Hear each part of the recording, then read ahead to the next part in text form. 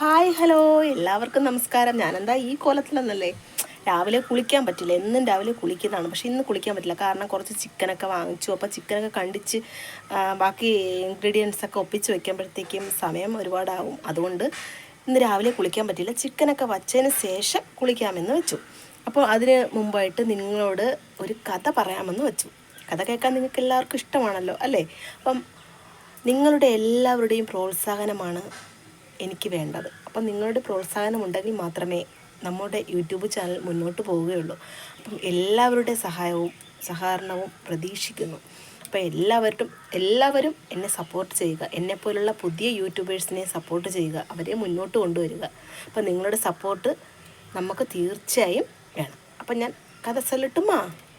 വേറെ ഒന്നുമല്ല, എൻ്റെ ലവ് സ്റ്റോറി, അതായത് എൻ്റെയും എൻ്റെ ഹസ്ബൻഡിൻ്റെയും വിവാഹ സ്റ്റോറി. ഓക്കെ, കേൾക്കാൻ ഇഷ്ടമാണോ നിങ്ങൾക്ക്? എങ്കിൽ ഞാൻ പറഞ്ഞു തുടങ്ങട്ടെ. കുറച്ച് ജോലികളുണ്ട്, അപ്പോൾ ആ ജോലികളുടെ കൂട്ടത്തിൽ അതും കൂടെ പറഞ്ഞു തുടങ്ങുമ്പോൾ എൻ്റെ ജോലി നടക്കും, നിങ്ങൾക്ക് കഥയും ആവും. അപ്പോൾ എന്താ, നമുക്ക് തുടങ്ങാം. നമുക്കിവിടെ വലിയ സൗകര്യങ്ങളും കാര്യങ്ങളും ഒന്നും ഇല്ലാത്തത് കൊണ്ട് നമ്മൾ അതിൻ്റേതായ സൗകര്യങ്ങളും വച്ച് നമുക്ക് വീഡിയോ ചെയ്യാനും ഒക്കെ പറ്റുള്ളൂ. അപ്പോൾ നിങ്ങൾ എന്നോട് ക്ഷമിക്കുക. അപ്പോൾ ഇത് നമ്മളൊരു കൊച്ചടുക്കളയാണ്. അപ്പം അടുപ്പിൽ വെള്ളം തിളച്ചുകൊണ്ടിരിക്കുകയാണ്. അപ്പോൾ അതിൻ്റെ ഒരു പുകയാണ് ഇങ്ങോട്ട് അടിക്കുന്നത്. ചിലപ്പോൾ എൻ്റെ കണ്ണ് നിറഞ്ഞൊക്കെ വരും, കാരണം ഞാൻ ഉള്ളി അരിയുന്നത് കൊണ്ടേ. അപ്പോൾ ചിക്കന് ആവശ്യമായ ഉള്ളിയാണ് ഞാൻ അരിയുന്നത്. അപ്പോൾ നിങ്ങൾ വിചാരിക്കും ചിക്കൻ കഥയാണോ പറയാൻ പോണേന്ന്. അല്ല. അപ്പോൾ ഞാൻ 8ാം ക്ലാസ്സിൽ പഠിച്ചിരുന്ന സമയത്ത് എൻ്റെ അച്ഛൻ്റെ വീട്, അതായത് തിരുവനന്തപുരത്താണ്. കണിയാപുരം എന്ന് പറയും, നിങ്ങളെല്ലാവരും കേട്ടിട്ടുണ്ടായിരിക്കും ആ സ്ഥലം. അപ്പം അവിടെയാണ് എൻ്റെ അച്ഛൻ്റെ വീട്. അപ്പോൾ അതിന് തൊട്ടിപ്പുറത്തായിട്ടാണ് എൻ്റെ ഹസ്ബൻഡിൻ്റെ വീട്. അപ്പോൾ ഞാൻ വെക്കേഷന് അവിടെ നിൽക്കാൻ പോകും കേട്ടോ, എൻ്റെ അച്ഛൻ്റെ വീട്ടിലെ. അപ്പോൾ എല്ലാവരും വെക്കേഷനൊക്കെ ആകുമ്പോഴത്തേക്ക് ഓരോരുത്തർ വീട്ടിൽ പോയി നിൽക്കാൻ ഭയങ്കര ഇഷ്ടമാണല്ലേ. നമ്മളിപ്പോൾ നമ്മളെ മക്കളെ എങ്ങും വിടത്തില്ല എന്ന് വിചാരിച്ച് എല്ലാവർക്കും ഭയങ്കര ഇഷ്ടമുള്ളൊരു കാര്യമാണ് വെക്കേഷന് ഓരോ സ്ഥലങ്ങളിൽ പോയി നിൽക്കുന്നത്. അതുപോലെ അന്ന് എനിക്ക് ഭയങ്കര ഇഷ്ടമായിരുന്നു കേട്ടോ എൻ്റെ അച്ഛൻ്റെ വീട്ടിൽ പോയി നിൽക്കുന്നത്. വേറൊന്നും കൊണ്ടല്ല, അവിടെ നല്ല രസമല്ലേ നമുക്ക് നമ്മളെ വീട്ടിൽ നിന്ന് ഒന്ന് മാറി വെക്കേഷനൊക്കെ ആകുമ്പോഴത്തേക്ക് നിൽക്കുന്നത് നല്ലതല്ലേ.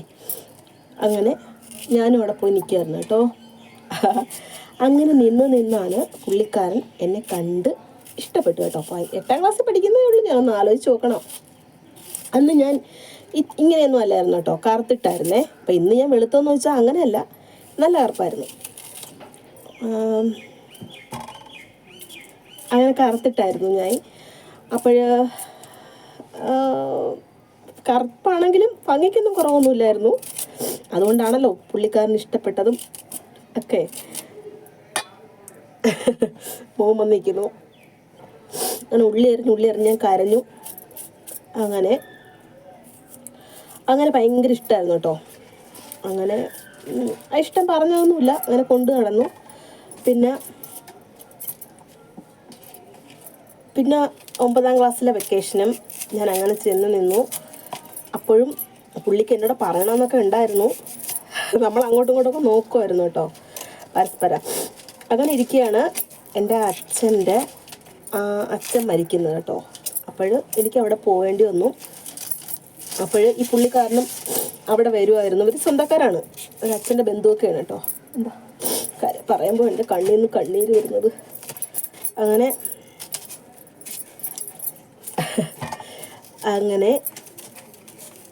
ഒരു ദിവസം എന്നോട് വന്ന് പറഞ്ഞു, എനിക്ക് നിന്നെ ഇഷ്ടമാണ് കേട്ടോ എന്ന്.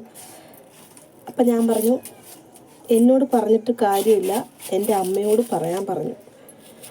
അപ്പോൾ പുള്ളിക്കാരൻ ശരി, ഞാനെന്നാൽ നിൻ്റെ അമ്മയോട് പറയാം എന്ന് പറഞ്ഞിട്ടങ്ങ് പോയി കേട്ടോ.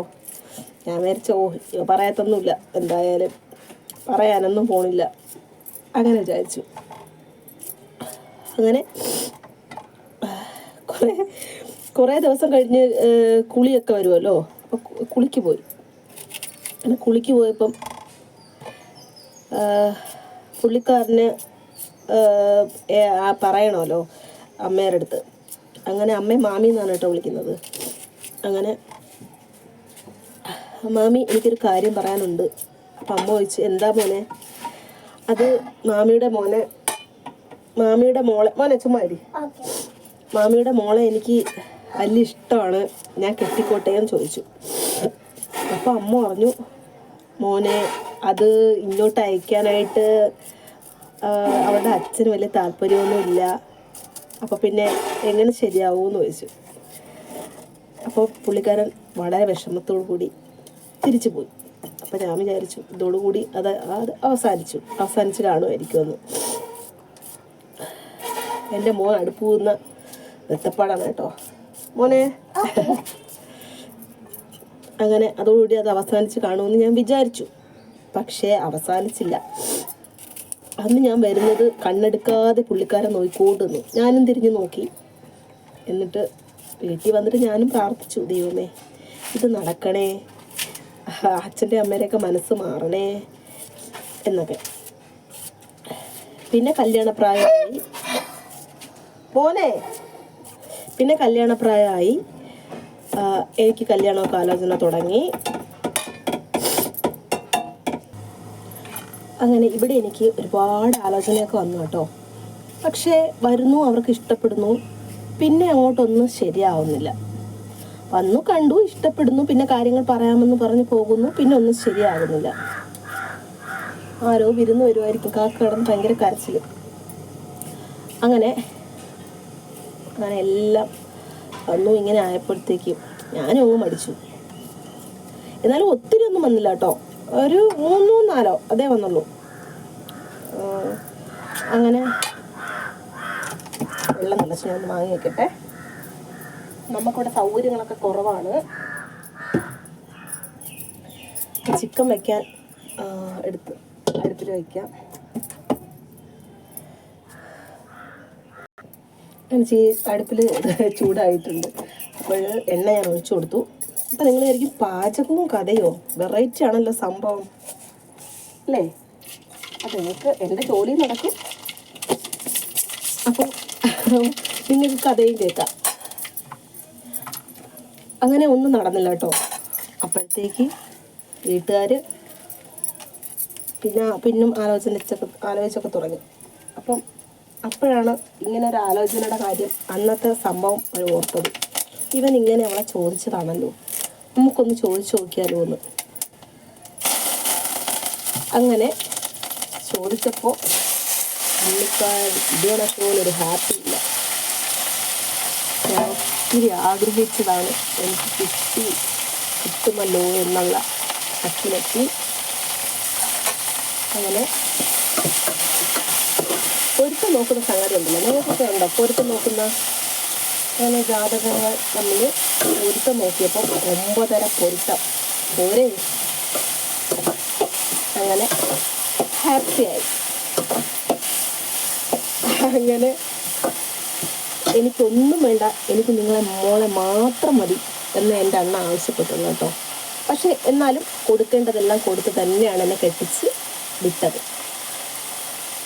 അധികം സ്വർണ്ണമൊന്നും ഇല്ലായിരുന്നെങ്കിലും ആവശ്യത്തിനുള്ള സ്വർണം ഉണ്ടായിരുന്നു. അന്നത്തെ കാലത്ത് അത് ഒപ്പിക്കാൻ തന്നെ എന്ത് ബുദ്ധിമുട്ടാണ്.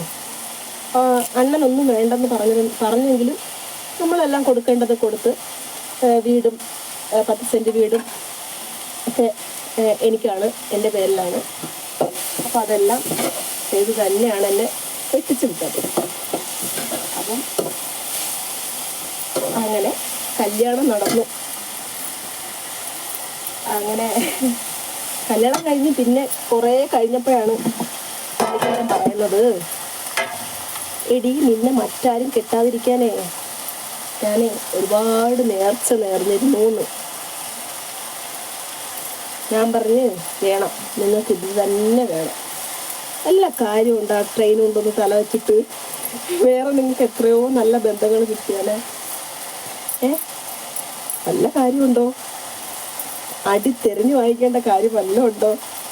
നമ്മൾ കൂടെ ഇടയ്ക്കിടയ്ക്ക് വഴക്കൂടുമ്പോഴത്തേക്കൊക്കെ ഇതെടുത്തിടും കേട്ടോ. അപ്പോൾ പുള്ളിക്കാരൻ പറഞ്ഞു, ഇത് പിന്നെ അത്രത്തോളം ഇഷ്ടം ഉണ്ടായതുകൊണ്ടാണ് ഞാൻ അങ്ങനെ ഒരു നേർച്ച നേർന്നത്.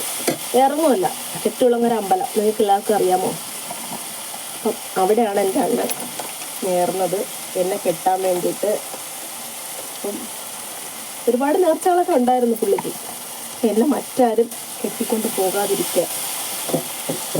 എന്തായാലും ആ പ്രാർത്ഥന ദൈവം അങ്ങോട്ട് കേട്ടു. കുർള എക്സ്പ്രസ്സിന് തലവെച്ചണക്കോലെയായി പുള്ളിക്കാരൻ്റെ അവസ്ഥ. അടി എരുന്ന് വാങ്ങിച്ചതുപോലെയായി. ചുമ്മാ കേട്ടോ, ഞാൻ അത്ര ഭയങ്കരിയൊന്നുമല്ല.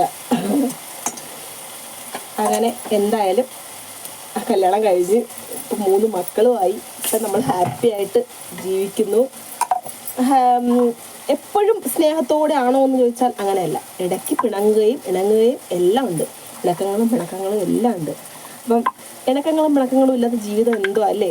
അത് പിന്നെ നമ്മളെപ്പോഴും ഹാപ്പിയാണ്, നമ്മളെ അടുത്ത് നമുക്ക് പിണക്കങ്ങളേ ഇല്ല, നമുക്ക് വഴക്കേ ഇല്ല എന്ന് പറയുന്നതിൽ കള്ളത്തരമുണ്ട്. അപ്പോൾ ഇണക്കങ്ങളും പിണക്കങ്ങളും ഒന്നും ഇല്ലാത്ത ജീവിതമേ അല്ല. ഭാര്യ ഭർത്താവായാലും എവിടെയായാലും ഒരു ഇണക്കമാണ്. പിണക്കങ്ങളും വഴക്കും വക്കാണോ ഒക്കെ കാണും. ചട്ടിങ്കലാവുമ്പം തട്ടിമുട്ടിയൊക്കെ ഇരിക്കും അല്ലേ? അപ്പം അതുപോലെ ഇപ്പം 17 വർഷമാവുന്നു. ഇപ്പോഴും നമ്മൾ ഹാപ്പി ആയിട്ട് ജീവിച്ചു പോകുന്നു. അണ്ണനങ്ങും ഞാൻ ഇവിടെയും ആണെന്ന് മാത്രം. അപ്പം അതിൻ്റെ ഒരു വിഷമമുണ്ട്. പക്ഷെ ജീവിക്കണ്ടേ? 3 മക്കളായി, 3 ആൺമക്കളാണ്. ഇളയതൊരു പെണ്ണിന് വേണ്ടി നമ്മൾ നേർച്ചയൊക്കെ നേർന്ന് കാത്തിരുന്നതാണ്. പക്ഷെ എന്ത് ചെയ്യാം, ദൈവം വേറെന്തോ വിചാരിച്ചു. അങ്ങനെ ഇളയതും ഒരു ആൺകുട്ടിയായിട്ട് നമുക്ക് കിട്ടി. സാരമില്ല. ഇപ്പം എനിക്കതിൽ വിഷമമൊന്നുമില്ല കേട്ടോ. ആദ്യം ഭയങ്കര വിഷമമായിരുന്നു പെൺകുട്ടി ഇല്ലാത്തതുകൊണ്ട്. ഇപ്പം പക്ഷെ ഇപ്പം എനിക്ക് ഒരു വിഷമവുമില്ല. അവൻ്റെ കളിയും ചിരിയും ഒക്കെ കാണുമ്പോഴത്തേക്ക് നല്ല തന്നെ ഒരു ആൺകുട്ടി ആയത്. അപ്പോൾ എൻ്റെ കഥ എല്ലാവർക്കും ഇഷ്ടപ്പെട്ടോ?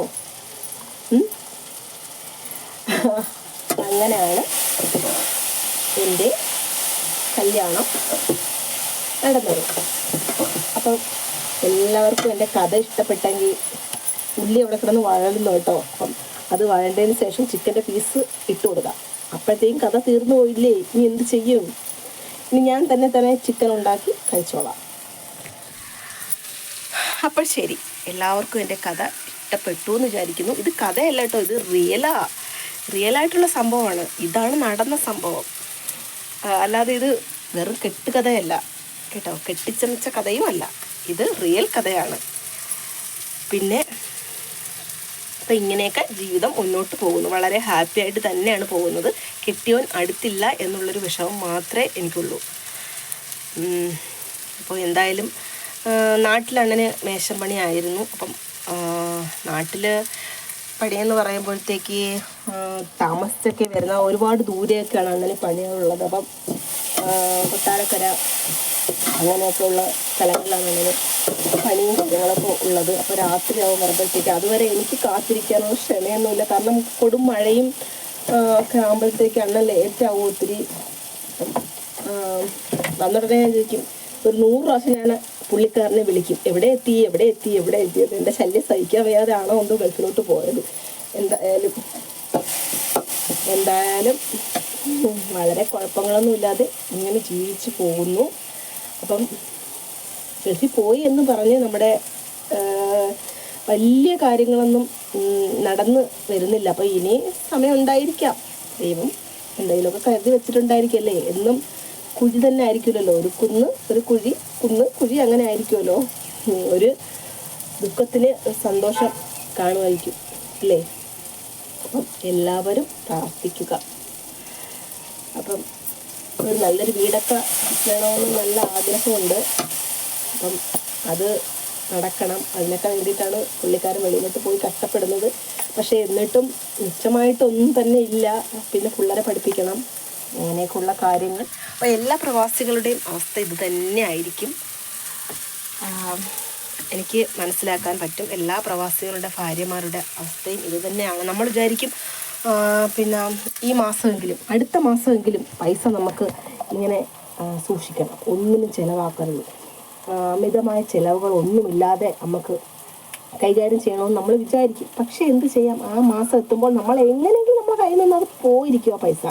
മാസത്തിൻ്റെ ലാസ്റ്റ് എത്തുമ്പോൾ കയ്യിൽ നയാ പൈസയില്ല, കയ്യിലൊരു നയാ പൈസയില്ല. അങ്ങനത്തെ ഒരു ഗതി ആയിരിക്കും എല്ലാ പ്രവാസികളുടെ ഭാര്യമാർക്കും അല്ലേ. എൻ്റെ അവസ്ഥ അതാണ്. എല്ലാവരുടെയും അതാവണമെന്നില്ല. ശമ്പളമൊക്കെ കുറവായതുകൊണ്ട് ഉള്ള കാര്യമാണ്. അല്ല, മാസം ലാസ്റ്റ് ആകുമ്പോഴത്തേക്ക് കയ്യിൽ പൈസ ഇല്ല, വളരെ വിഷമത്തിലായിരിക്കും. എന്നാലും തട്ടിമുട്ടിയും കാര്യങ്ങളെല്ലാം നടന്നു പോയിക്കൊണ്ടേയിരിക്കും. അതെന്താ, ഒരു പ്രവാസി ആയതുകൊണ്ട് മാത്രമാണ്.